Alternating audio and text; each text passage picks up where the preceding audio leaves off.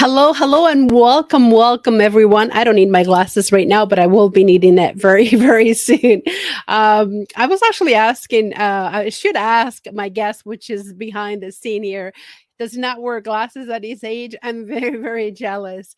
So I'm Lizzie, your host. Thank you for being here on my YouTube channel, not only on my YouTube channel, but with all my social media. We're on Instagram, Facebook, LinkedIn, and Twitch. My goodness, the list is so big I can't even keep up anymore. But I know we're everywhere. It links to everywhere. So thank you everyone for watching.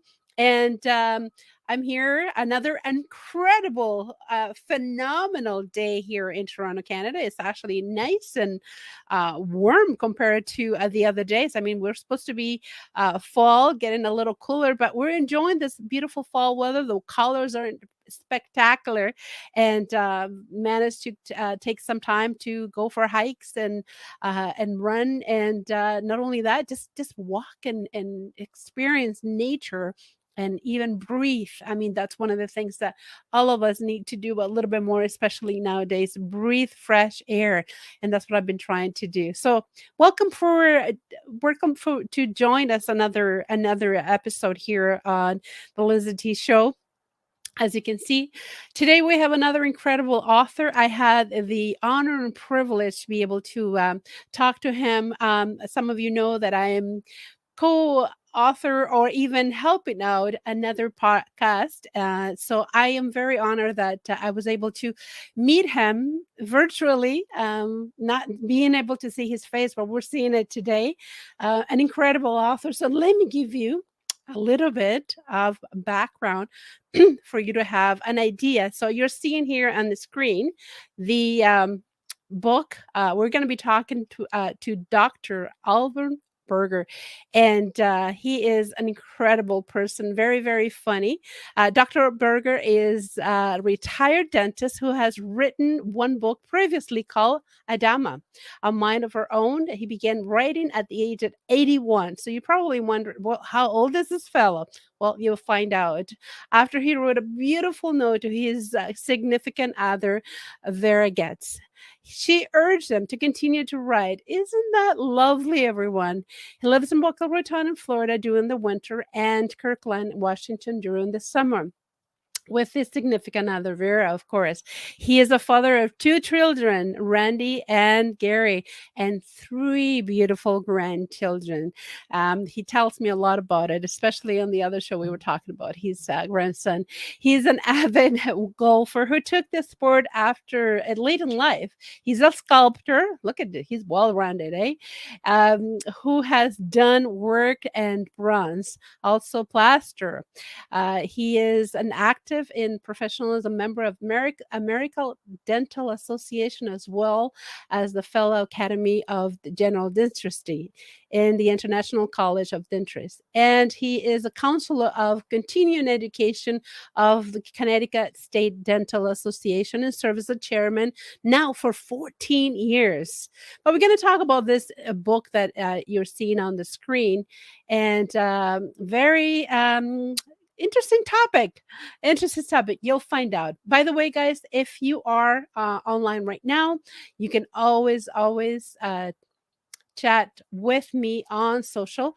I'll give you a little example. If you are with us, you can say hi, and I will, excuse me, I will display right here. Okay. So let's bring him on right now to the stage.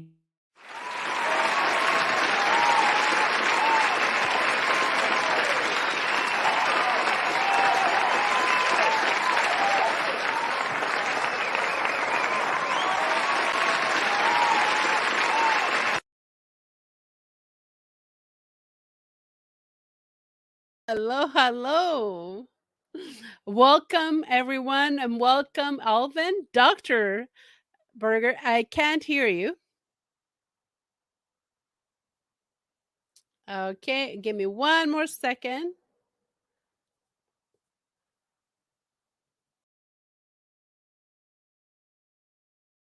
Add. Okay, can you hear me now? Okay, this never happened before. Let me just give me 1 second.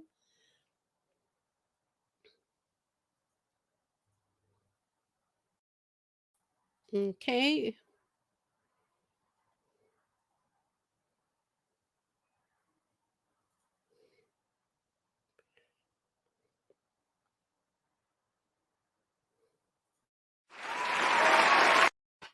Okay, the sound is on.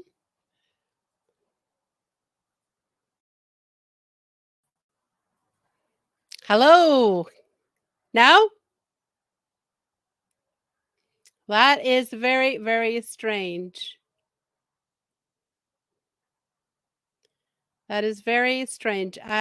We are back, and I assume our guests can hear us. I can hear you. Okay. Welcome, everyone. Sorry about that. It looks like our guest wasn't able to hear. This is the wonderful Dr. Alvin Berger, and he is here with us to tell us all about this incredible book. But before he gave us a little bit of overview, as you can hear the intro and the biography, I want you to take a look at this video for you to have an idea of what this book is all about, and for you to have a taste of the incredible book that he's written. And hopefully we cannot we can continue listening to his wonderful voice and we don't lose them. So here it is, everyone, and take a look. From the author who brought us Adama, A Mind of Her Own, comes the next installment in this sci-fi action thriller. Following the events in Israel, Dr. Matt and Mallory Cranston return to the United States with the sentient artificial intelligence computer, Adama. Feeling that she is ready for the next step of her evolution, Adama chooses to integrate herself into Mallory. But an unknown factor in the experiment interferes with the integration and pushes the non-political Mallory to run for public office and become the first female president of the United States of America. Get the scoop directly from the Oval Office and the CIA and purchase We Love You, Madam President by Alvin Berger from Barnes & Noble booksellers or from Amazon.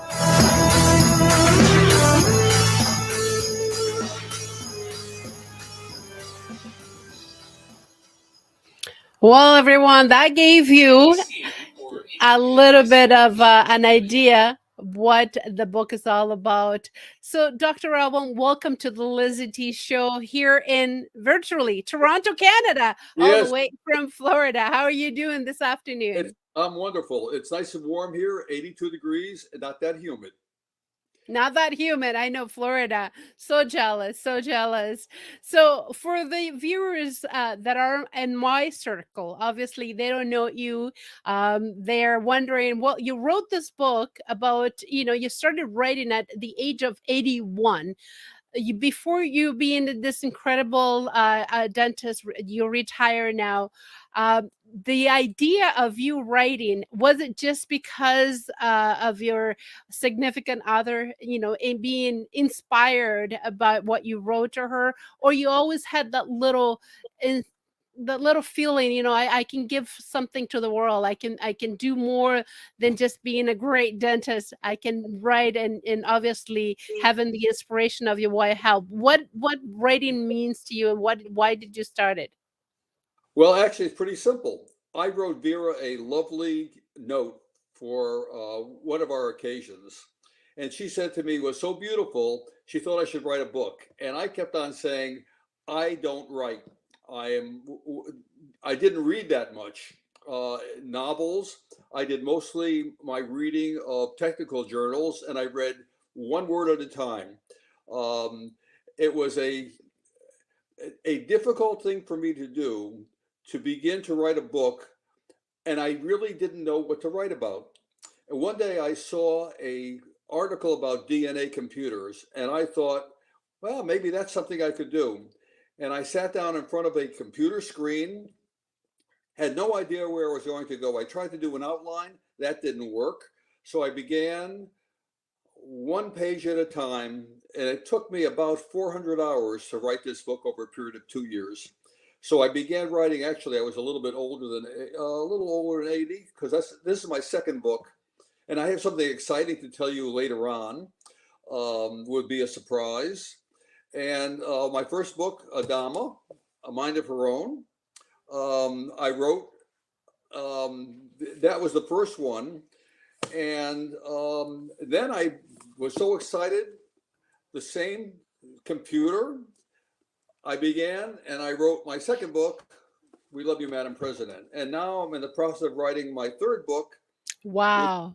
Is different. It is now a detective story, but it embraces the Washington swamp and our interactions with foreign countries.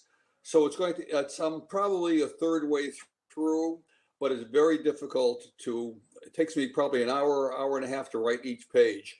So it is difficult, but I love the process of writing. It's almost catharsis. Yes. It brings you back into the deep part of your body and your mind. And when you sit down and it's telling a story that is exciting, nerve-wracking, but fun to do. So I do enjoy that in my spare time, other than playing golf and playing with Vera. So she is my inspiration. And that's Of why. course she is. Well, everyone, I had the privilege to have a sneak preview and meeting his lovely significant other. She's just lovely, and obviously you try to please her, but to have a book and third book now. So congratulations, my goodness, third. Here I am just starting to write my second, and you going on your third. That's incredible. Later on in life, I guess you got the what's called the likeness of it. You realize that this is something that you could do. You're good at it, you have ideas. But one of the things that a lot of viewers don't know, that the book is about DNA and genetic engineer people. How it's kind of controversial. It's kind of a delicate topic. A lot of people not familiar. How is the reception from people that are watching, reading? Are they comfortable? Are they not comfortable? Do you get a lot of people saying this is too far-fetched? I don't want to think about this happening in our world. What is the response that you get from the audience? Most of the response has been positive. The only negative parts that I got were people who reviewed the book and didn't like that they used the word dirty words. But all the things that I did in the book, using words that are called dirty, were all in the proper perspective. They were not done as to make people unhappy or feeling bad about it. There were some sex scenes that some people did not like, but they were all in context. They were not out of context. So the response basically has been really good for the new book. I tried not to put it in a Democratic or Republican section. And the reason was either one of those will turn people off. So 50% of the people will say, I don't like this because it's, quote, Democratic or Republican. So I'm pretty much, this book is the new president is an independent party and tries to run middle of the road. And I think she does a really good job. When I've read this book 15 times. Vera, the same thing, because we tried to edit it. Unfortunately, people like us cannot edit a book. There are too many small things that go on in both grammar, punctuation, content. So I had this book professionally edited. They found, I cannot tell you how many errors. We have gone through this book so many times. But I think I got the reviews, for example, the Kirkus review compared this book to David Baldacci. Wow. And go to Mr. Smith Goes to Washington. Wow. So a lot of the, as a matter of fact, there are probably 100 reviews or more, maybe 120 reviews on Goodreads. And I say 90% were three-star, and I bet you 10 to 10% were 4-star reviews. So Wow. the only negative parts that I saw about the book were the swear words, which were I'm telling you, they were in context, and the sex scenes, which they thought were too much. But they were not. They were there for a specific purpose, to show the debauchery of the swamp, the men of the swamp. So I think I got mostly good reviews. And as I said, my favorite was the Kirkland Review, which is the premier reviewing company in the world. So it was a great review. Congratulations. And the fact that it is a Android or in genetic creation, are you getting any feedback on that, or anybody saying anything? No, the first book, when I just, the DNA computer in itself is very new. But That's I have right. to tell you, science fiction is now becoming science fact. It's true. There are many DNA computers that are coming out now that are very similar to what was in the book.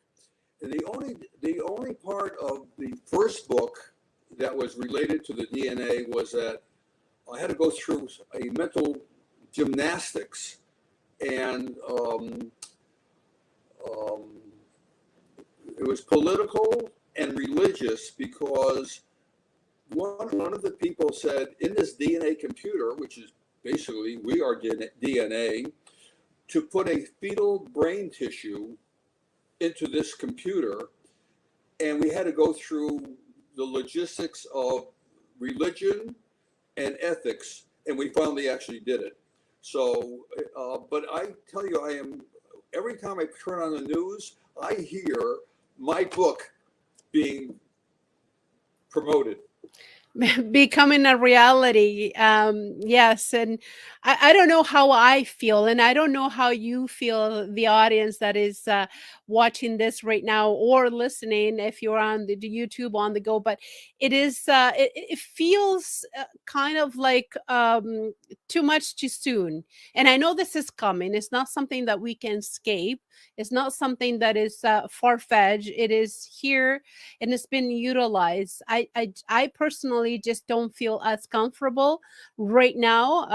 I don't know if I will be, but it is reality, and it's like you said. Every time you turn on the news, your book is being advertised. Absolutely. So, what people are supposed to expect, Dr. Berger, from the book? A lot of thriller, a lot of excitement, trying to find out who did it or who is it. What is in it for them? Well, you're going to see that not only, well, let me just go over about this DNA computer and how it transferred information into Mallory Cranston. So that's the part that you're a little concerned about. Let me tell you the exact reverse of that. Do you know when you have an encephalogram, an EEG or EEC, that goes, there are parts to put on your brain, and it goes from the brain into a computer, and that gives you the information. Or an EKG, it goes from your body, from the nervous part of your body, the nervous system, your heart, into a computer, and it shows. The same thing happened with Mallory Cranston. The DNA computer transferred information to her over a 4.5-hour period. And as you know, I don't know if you knew about it, there was a line of code in it that one of the disgruntled employees did to say she should run for president because he hated his father-in-law, who was the Secretary of State, and by extension into the President of the United States. So he wanted a new person in that office. And So your concerns would be the transfer of information from a computer to a person. That's right. That today we do information from your brain into a computer. It's exactly reverse of what we're talking about. So I think, in fact, I've discussed it with my son and my grandson and my daughter, that in the future, I don't know how far, we'll be able to transfer our brain, which is electrochemical, into a device like a computer to keep us alive emotionally, mentally, into a device called a computer, whatever that device. Software, cloud. Yes, I've heard of that.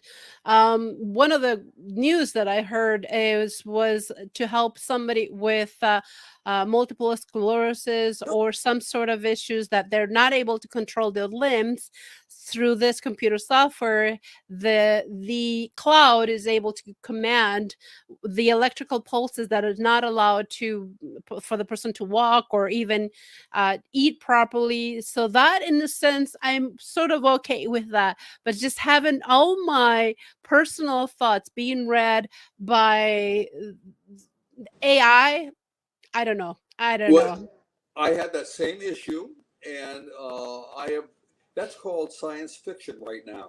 But I can tell you that in the not so distant future, we're going to see that same kind of transfer of information back and forth from humans to computers.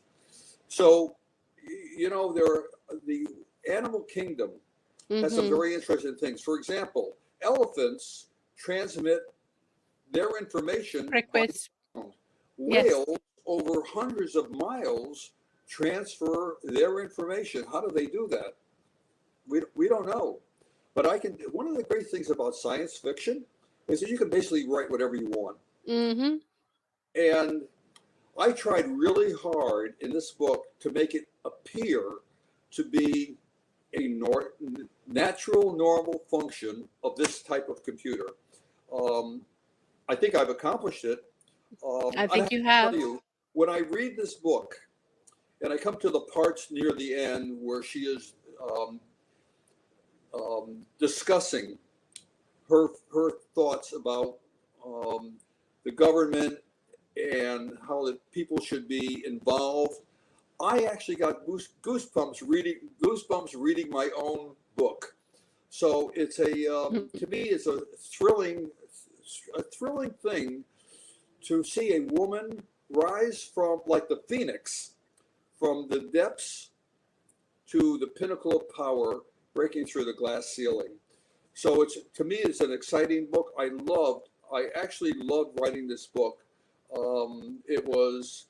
I sat there and the story just flowed from me.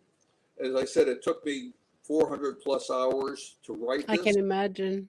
It is, 318 pages, but it was, Vera was so influential in my writing this book. And I just loved doing it. It was a great pleasure. And I'm very, very excited about my new book, which is a detective story, and it's going to be also involved in the deep state in Washington, and it also involved in the Chinese government in Taiwan, and how the swamp earns money not from their salary. So, oh wow, that's a special one. It should be interesting. And I have very.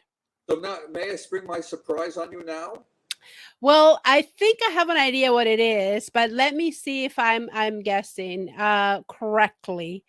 You were talking on the last radio interview, our podcast that we did, that this book could be turned into a movie. I know you were writing a play, and I don't see that being a possibility at all. I mean, we saw from the thriller, the preview of the book, that could definitely happen.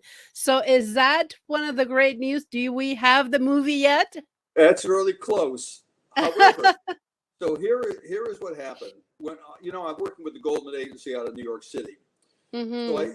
So we talked about this book. They know about the first book, Adama, A Mind of Her Own, and they also know that I wrote a screenplay for Adama, A Mind of Her Own. And the reason why I did it was because I saw a movie called Hail Caesar with George Clooney.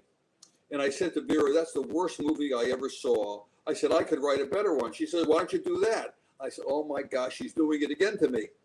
So I sat down and I wrote a screenplay based on my first book. Now, when I spoke to Anna Stewart and Simon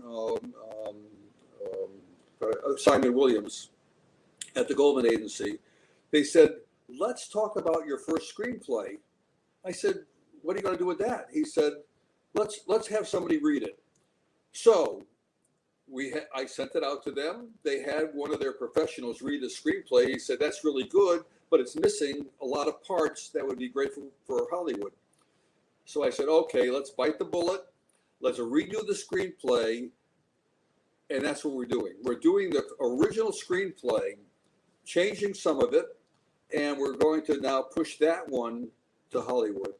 And wow. If that one is good, we're going to do a new screenplay for this book. And I think that would be, actually, I really wanted to do it on the second book, but I think that we're going to do this piecemeal. The first book, screenplay, and I think they told me they're going to push it to 50 of the producers in Hollywood, and then we'll see how it goes. And that's incredible. I especially seeing the preview that it was done by your publisher. I definitely can see that happening, as you saw everyone very, very ready to be filmed. And so good for you. Congratulations. Now, do you have experience, Dr. Berger, at all of writing screenplay? So how did you just by trial? The same thing I did with dentistry.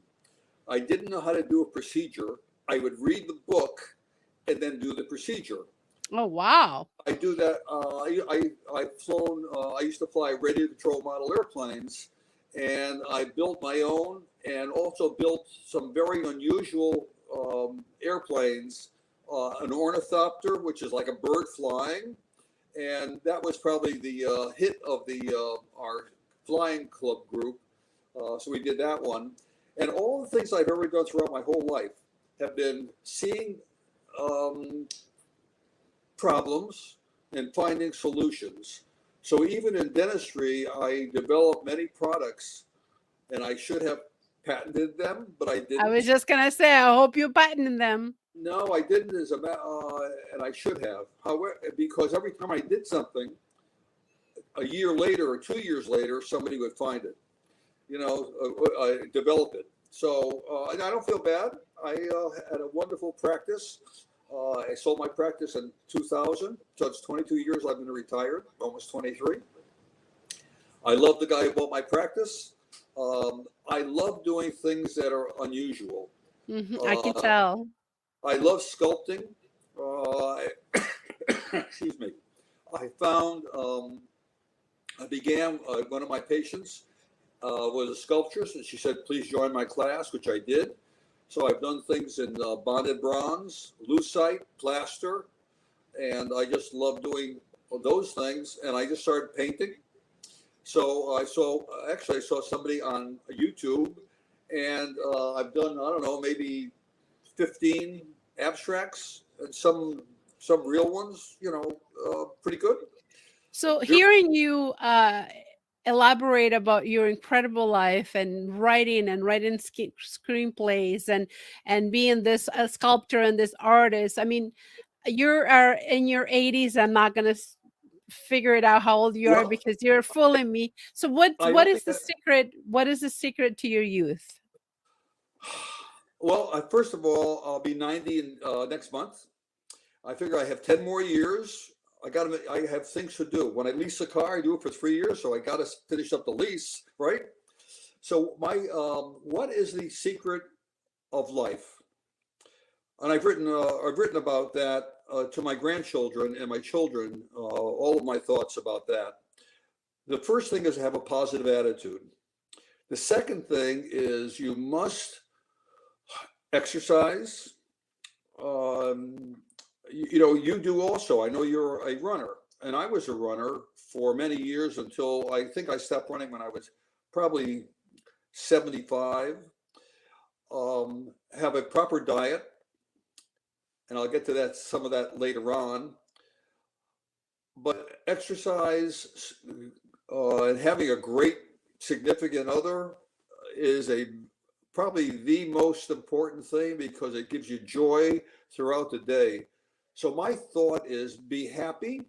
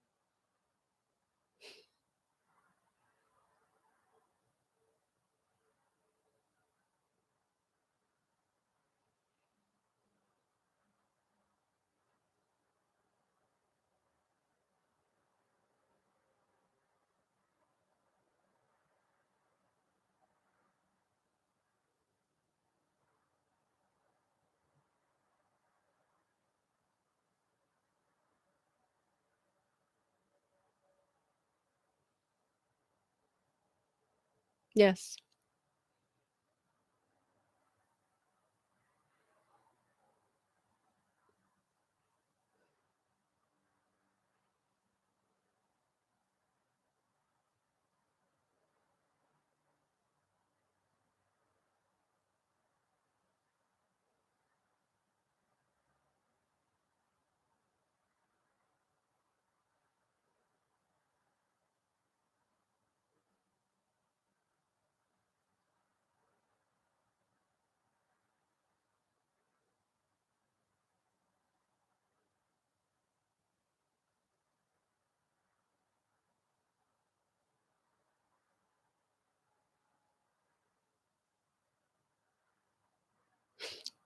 That is pretty much it.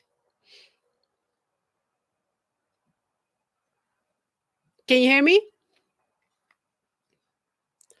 Oh no.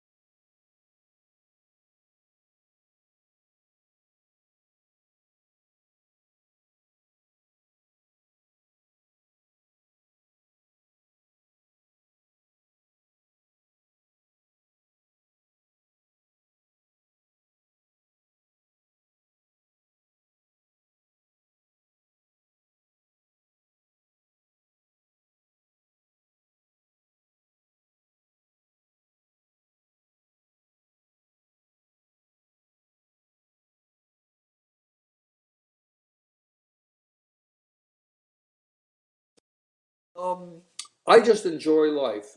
Every day is and I love everything that I do. One of the things That's that I that.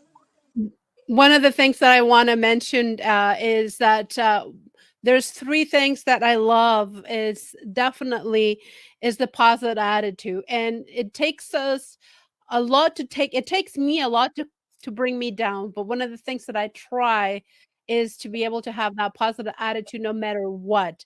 And I think that is one of the key to be able to live a much better, a happier life and not being sad. And that ages us. Believe it or not, that ages us.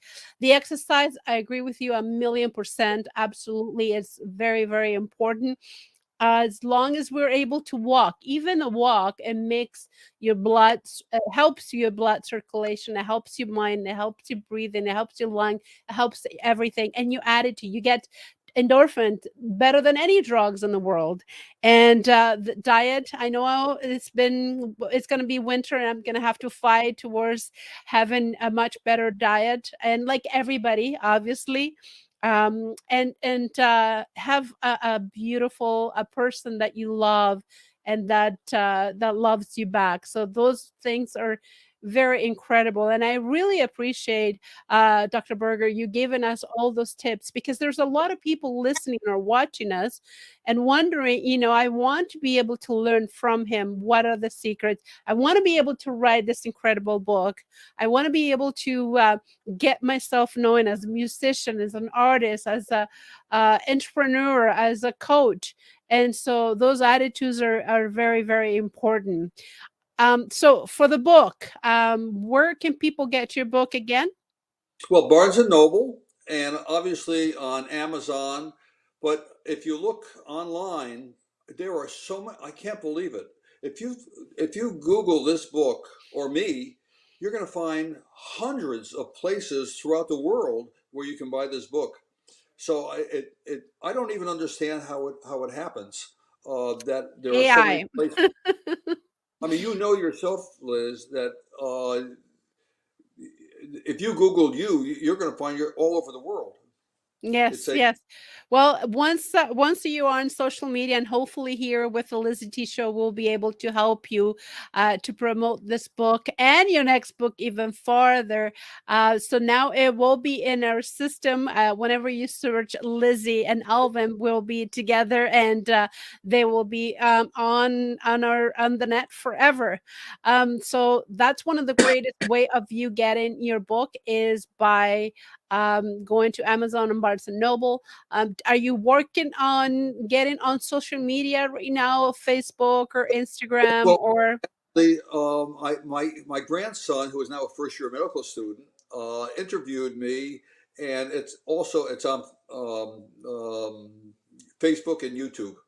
So the interview is probably, I don't know, almost 20 minutes long, going through similar kinds of questions that you and I had. So One that was good. And typically I put things on Facebook and LinkedIn. So there are a lot of places where it is.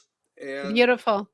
So and we'll if I be tagging you as well through the LizyT show, through all those other social media of your own. So we'll be able to promote the book and promote yourself as well.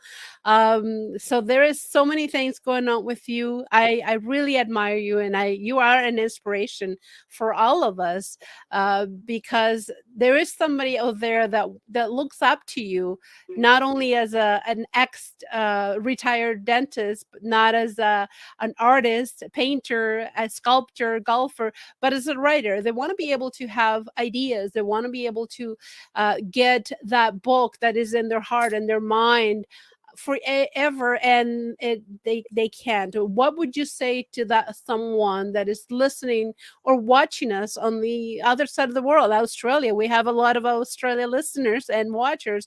So good morning to everyone. What would you say to someone? What kind of words of wisdom would you share with us today? well, I have to repeat myself that the most important part is your physical health. So all those things that we just discussed before, those are the first things. And that positive attitude you and I have, and I know sometimes people get down. I found if I'm ever down, which is very rare, I tell myself a funny story or I laugh. And if I laugh, then it's hard to be in a bad mood. So I do that. I have to tell you that there, you should be able to do anything that you set your mind to do. It's true. And I do all of my own investing.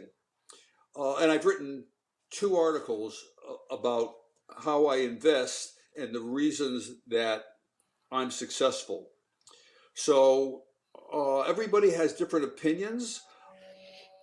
I think I'll send you something that I have on investing, and I will send you my lessons of life, and I have 3 of them.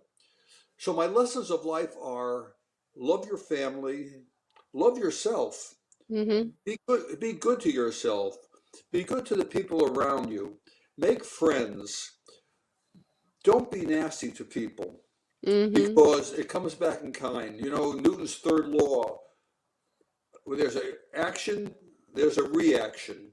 And when you do something that's negative toward a person, you're going to get the same negativity back. And I never do that. Once I lost my temper to someone, and that was not good. Yes. So, and if you do something wrong, you should apologize right away. Yes. You know, in practice, I was never sued, which is, I've been in practice for 42 years. And the reason why that happened, I was very straightforward and honest with my patients. And I remember one time I was doing a root canal on someone and the file broke. And I said now I'm thinking, what do I do? Mm-hmm. Well, obviously you try to repair what happened, but I documented, I said to the patient, this is what happened. I can't control metal at times, and I will take care of this problem forever. It's called a personal warranty, a guarantee. And I think that's what you have to do with relationships. You have to say, I am trying to be helpful to you. I care about you, and I'll listen to you. And I think that's another important thing, is you should be able to listen to other people. You and I speak very openly, and we have a wonderful relationship. I would never damage that relationship no matter what. If I didn't like something you said, I would say, she had a bad day, and I'm going to let it pass. And so my feeling is, it's the golden rule: do unto others as they do unto you.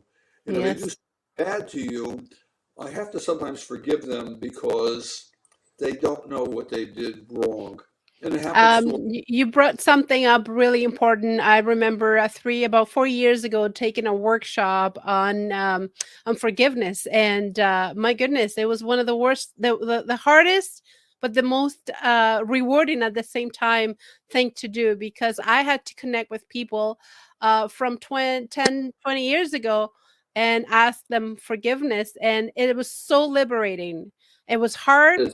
It was difficult, but it was so liberating, and I think everybody should do that. There is things that happen to us, even from childhood. You know, going to our parents or a friend or a grandmother, and ask them for forgiveness. It was incredible. Even if that person is not alive, you can write a note and burn it or throw it in the garbage. But it's so liberating, and that made me more than the other person, because sometimes the other person doesn't even think of you. They're living their life and they're having a great old time, and you're the one who is like, I don't want to be able to get in touch with this person because they probably hate me, or I hate them, and it's not the case. So I love what you said. It just brought me back to that memory of having that workshop.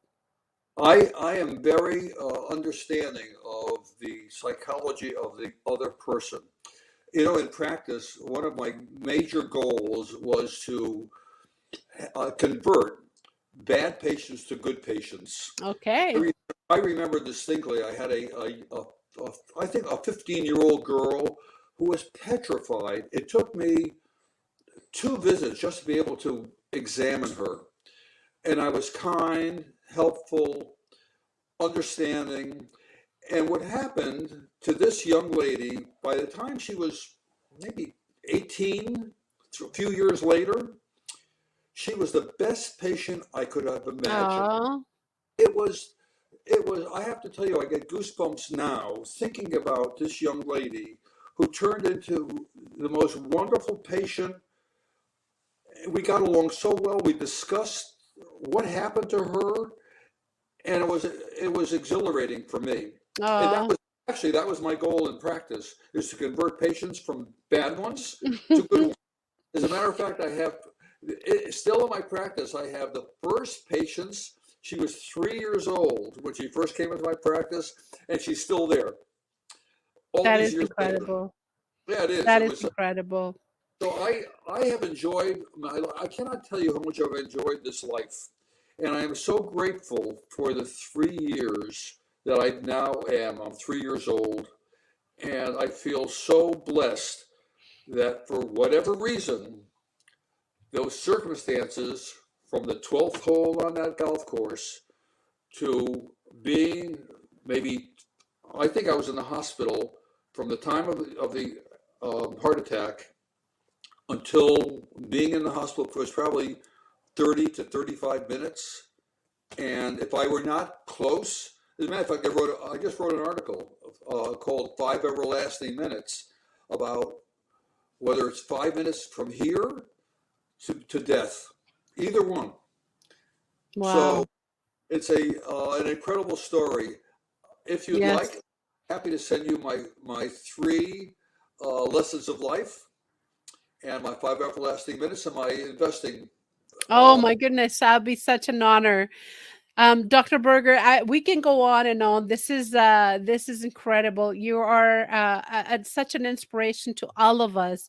And for you that is watching us or will be watching later on throughout, this is going to be recorded here on my YouTube channel, LizyT.com, and my website. And so if you want to revisit this, please feel welcome to connect with him and just send him a hello, or even on this application, you will be able to write your comments as well. And if you want a copy of this incredible book, please, Barnes & Noble is where you can find it. And give us some feedback, anything at all. Hello, or love it. Even if you don't agree, we will love some feedback at all cost. And website, are you working on a website yet, or just social media? Oh, I have a website. It's alvinsberger.com. Okay, wonderful. It has all of my sculptures, paintings, and books, and my lessons of life. There are a lot of things on that website that are really interesting. Beautiful. My grandson set it up. My grandson hosted Berger. So I'm very proud of him, and he's done a great job. So it's alvinsberger.com. Beautiful. We'll have the links down here as well on our YouTube channel for you to be able to connect with him. And okay. get inspired, get some help, get some information, some feedback, whatever you think that you might need. One of the things that we love as an entrepreneur is help one another. And you don't know everything. I don't know everything. Even at his age, I think he knows everything, but he has still things to learn. We all have something to learn in this beautiful life and this beautiful world that our Creator has created. So help one another. That's being part of as a good Samaritan, just like you said, just being good with your neighbor, right? Help yourself and help others as well. So Yeah. This is incredible. I can't believe we've been here for a little while, Dr. Berger, right now, just about 42 minutes plus the intro, but it flies on the LizyT show. I want to thank you for being here, for sharing your expertise, your knowledge, your incredible book, your life, and any last word, my friend? Well, I would just say that, first of all, it was wonderful being with you again. Yes. Yeah, my great inspiration is be good to yourself, be good to your family, love your wife or your spouse or your significant other and your children, and be a good person. I think that's to me, that's the key, to be a good person, to be helpful to others, and to live every minute of your life to the fullest. It's true. It's true. Yeah. Thank you so much, Dr. Berger. And we'll speak behind the scene. Don't go away, everyone. We will be back with another guest. And please don't forget to subscribe. The link is down here. And we'll be back soon. Have a wonderful day, everyone. We'll see you soon. Bye. Thank you. Bye, dear.